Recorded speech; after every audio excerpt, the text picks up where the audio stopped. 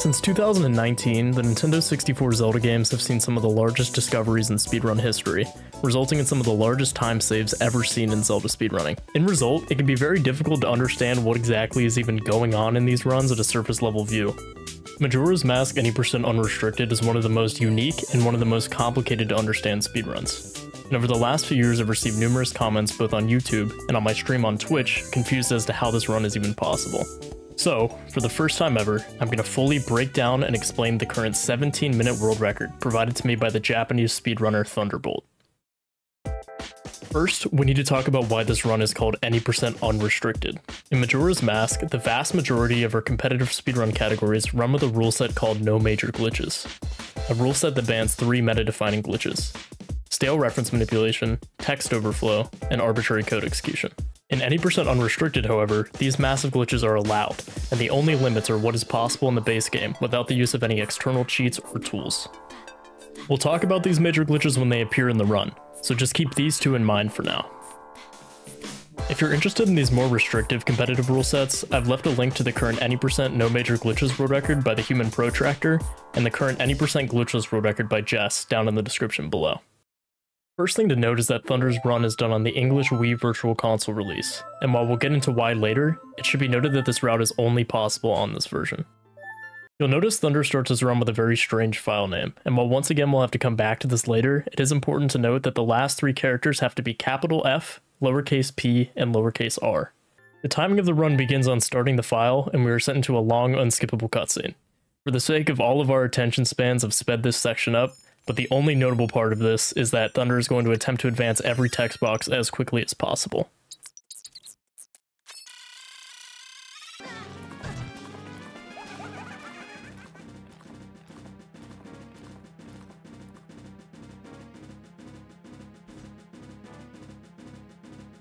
Now that we've gained control of Link, we're going to immediately start backwalking, as it is the fastest way for a human to move in a straight line in this game.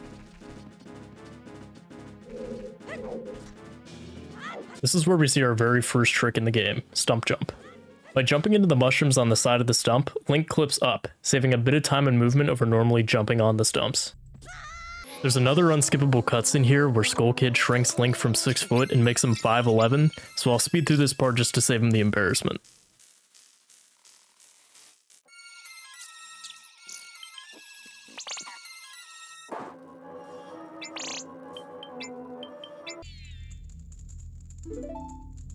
Thunder now begins spinning towards the door, which is Deku Link's fastest form of movement when not traveling long distances or when making turns. Just as we thought the cutscenes were finally over, Tattle is going to stop and talk to us for a bit, reminding us that this is still somehow shorter than the introduction sequence of Tears of the Kingdom.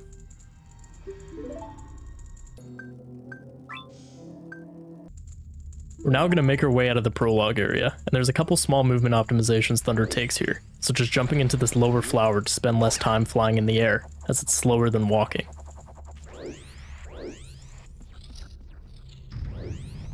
We're now going to navigate over to the chest in this room containing Deku Nuts, as we need an item in our inventory for a trick coming later in the run, and this is the fastest one we were able to acquire as Deku Link.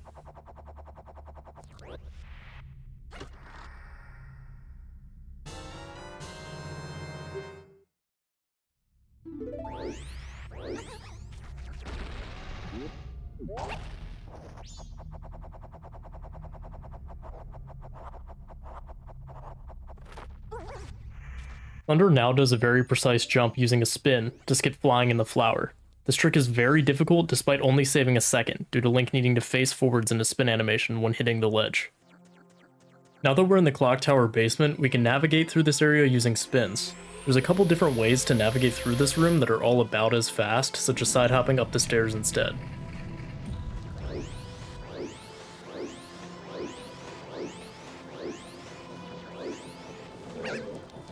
After watching all those cutscenes at the beginning, we're gonna skip this one.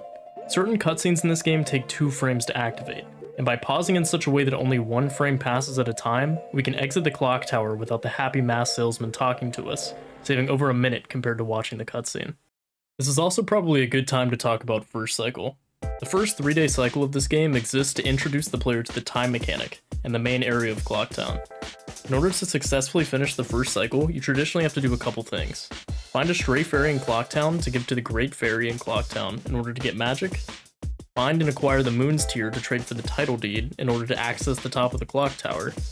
And wait until midnight of the 3rd day in order to gain access to the top of the clock tower. However, Thunder is going to do things a little bit differently.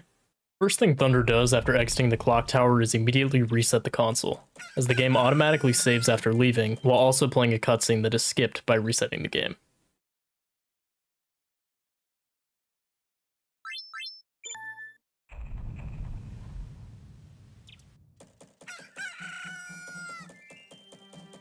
Next order of business is to navigate to the laundry pool, where the stray fairy I talked about a few seconds ago is located during the day.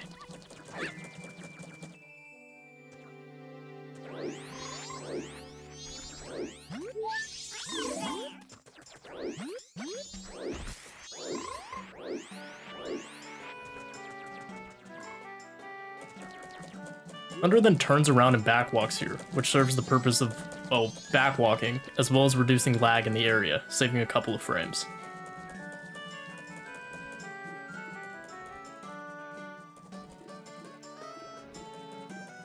Our goal now is to advance time of day to 3 PM, and the fastest way to do that is by breaking into the stock pod in from the top, as the bottom entrance is closed for a few hours.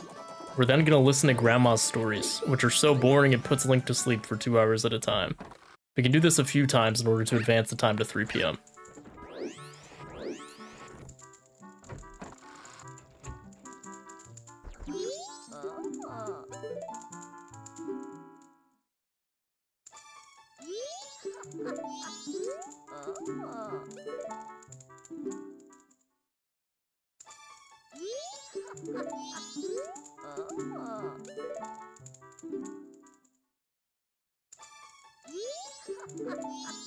After Link's well-deserved nap, we need to make it to North Clocktown to trade in our fairy we got for magic. Magic gives Link the ability to blow snot bubbles out of his nose, which is going to come in handy later. When you normally enter a Clocktown location for the first time, a short cutscene plays panning around the area. This cutscene does not play if you enter the area from Termina Field though. However, Deku Link is not allowed outside of Clocktown. Thankfully, this guard is horrible at his job, and we can just backwalk right past him, allowing us to skip the North Clocktown entrance cutscene. This version of Termina Field is in a very weird state due to us being in first cycle. There's no music, enemies don't spawn, and some actors don't spawn.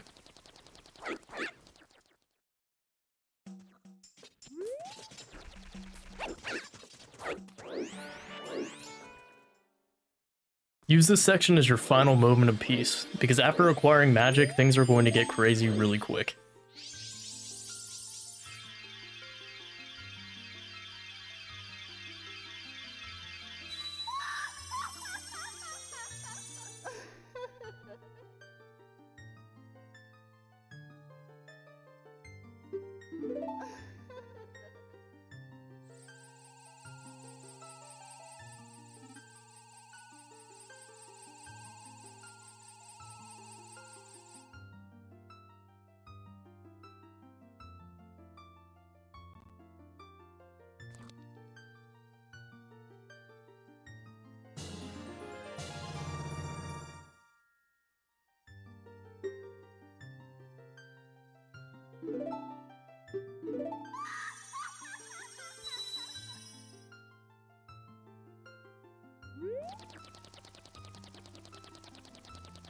Now that we have magic, we can leave the Great Fairy Fountain and pop the Bomber Kid's balloon in order to start the tag minigame.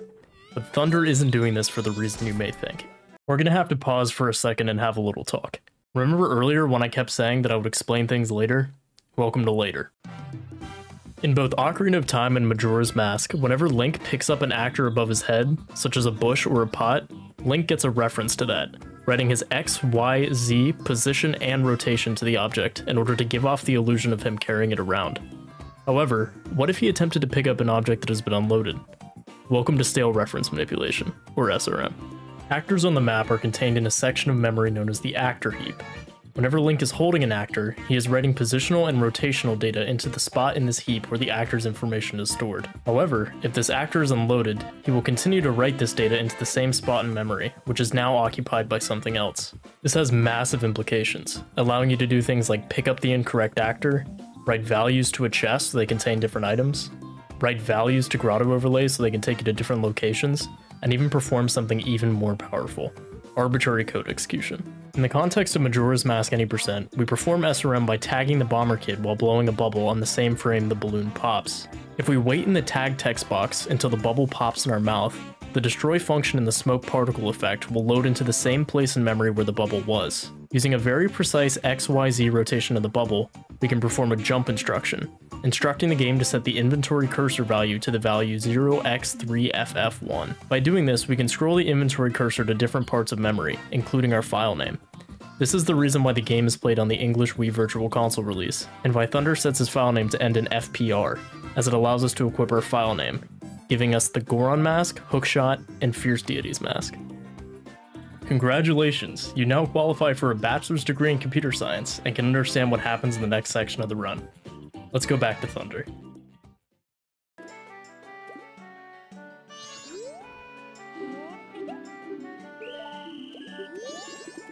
After starting the Bombers minigame, Thunder has to be very careful with how he loads and culls the Keaton bushes near the playground, as he's manipulating the actor heap in such a way that the balloon smoke loads in the right spot. In order to climb this fence, he performs a trick known as a twisted backflip, where he backflips, releases target, and grabs the ledge. He then manipulates the actor heap a bit further by shooting this fence with a bubble. He's now going to perform a setup to do the ace we talked about earlier. The first step is manipulating the bomber kid to be in the correct spot, something that is much harder than it looks. He then does some slight angle adjustments in order to get the correct starting angle for the setup. He now stuns the bomber kid with a bubble, and side hops so that he's standing next to him during the day-night transition. This is in order to cull the Keaton bushes during that transition, which all affects the heap. I'll let the majority of this next section speak for itself, but he's going to stun the bomber once again, shoot a bubble at the balloon, and do some very precise movements in order to tag the bomber on the same frame it pops with the correct bubble angle. He pause buffers in this section due to the high precision of this trick.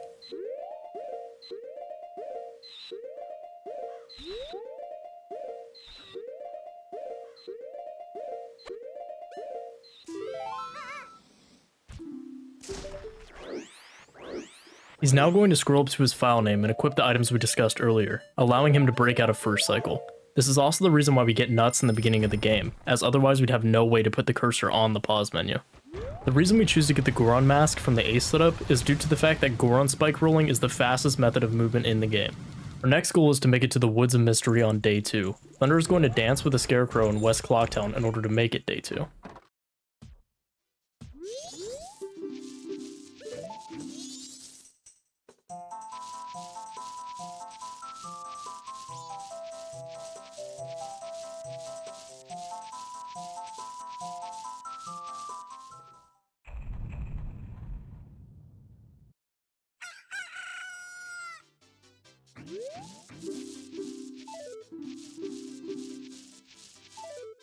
On our way to Woods of Mystery, he's going to try and keep his magic bar full, which is unfortunately RNG dependent. Ideally, he has a full bar of magic when entering the Majora fight, so that he can skip picking up another magic drop.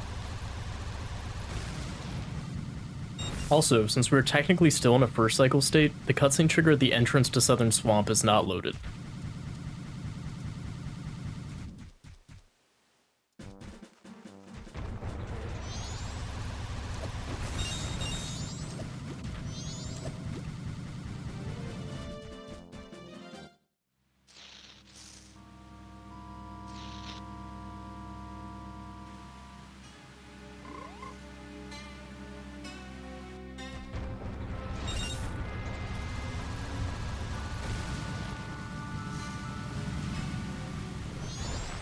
He's now going to keep his camera aimed away from the potion shop, so that the witch doesn't spawn in the Woods of Mystery.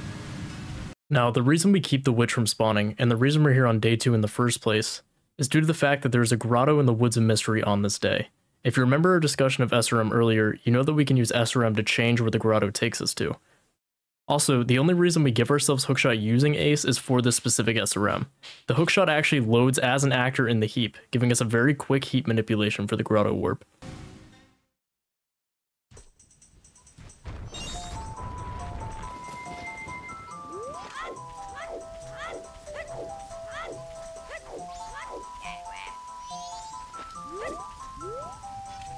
He now performs a glitch known as a super slide. By using the snapper recoil on a shield while attempting to pick up the bush, he interrupts his grab state, sending him backwards and delaying the pickup until he releases his shield.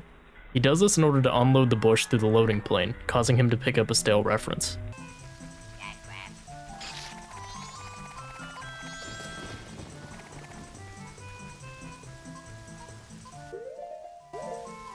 Now he aligns himself in a specific position and drops the stale reference, overriding the grotto to take him to Majora's lair.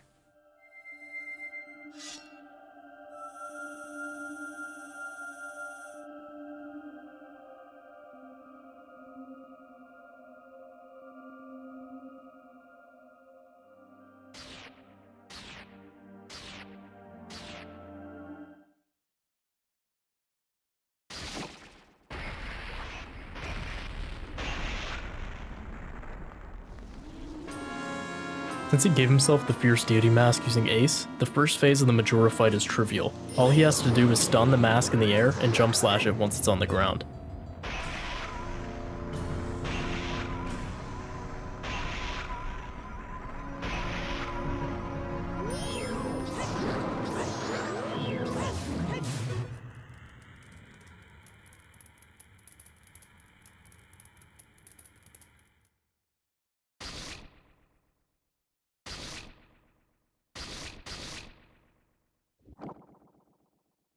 In the next phase, he waits until he gets a good target on Majora and deletes him in about 2 seconds.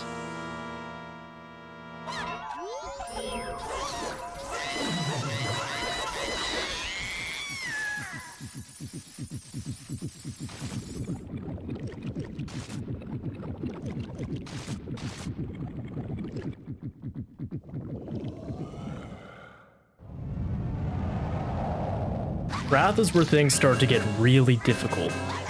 I'm just kidding. He literally hits him once and then uses the beam attack again to defeat him in another like 2 seconds.